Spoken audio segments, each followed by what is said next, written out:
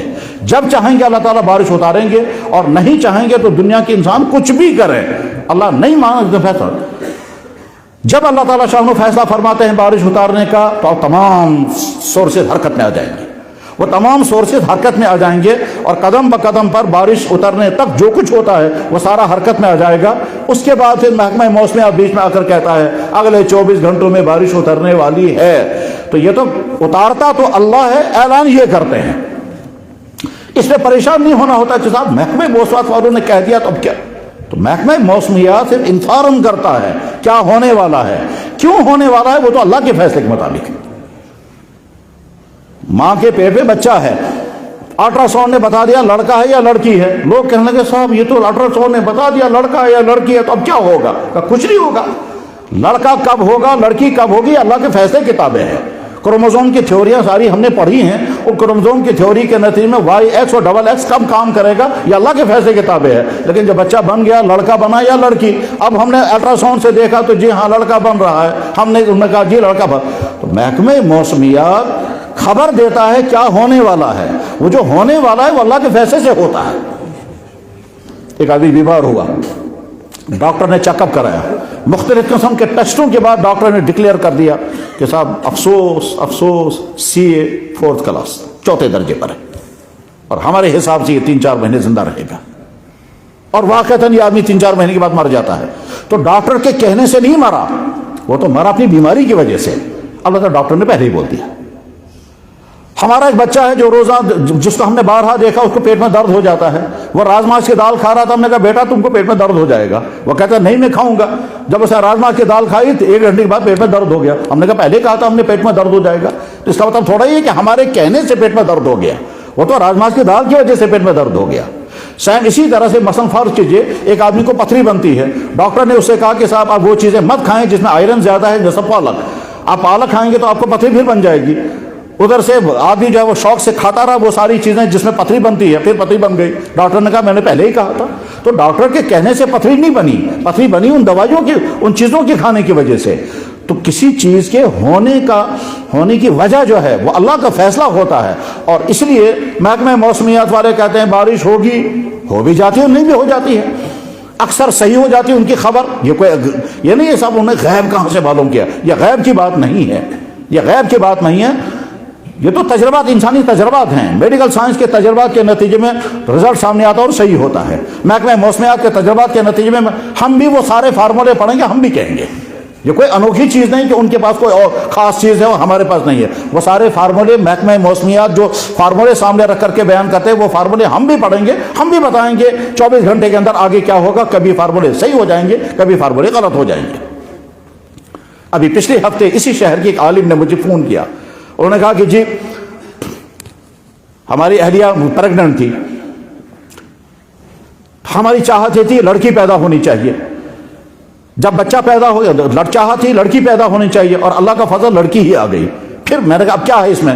کہنے لگا جناب میں تعجب کی بات یہ بتاتا ہوں کہ ہماری جو لیڈی ڈاکٹر تھی، وہ لیڈی ڈاکٹر کو بہت تعجب ہوا، وہ کہتی تھی کہ کئی مرتبہ کے الٹرا ساؤنڈ نے دکھا دیا تھا کہ لڑکا ہے، اور میں آپ سے کہنا نہیں چاہتی تھی، مگر یہ لڑکی کیسے آ گئی؟